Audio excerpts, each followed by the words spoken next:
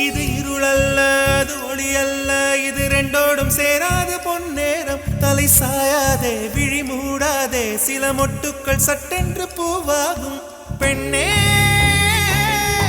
பெண்ணே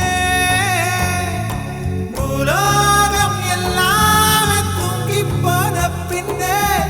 புல்லோடு பூவீழும் ஓசை கேட்கும் பெண்ணே நாம் இரவின் மடியில் பிள்ளைகளாவும் பாலோட்ட நிலவுண்டு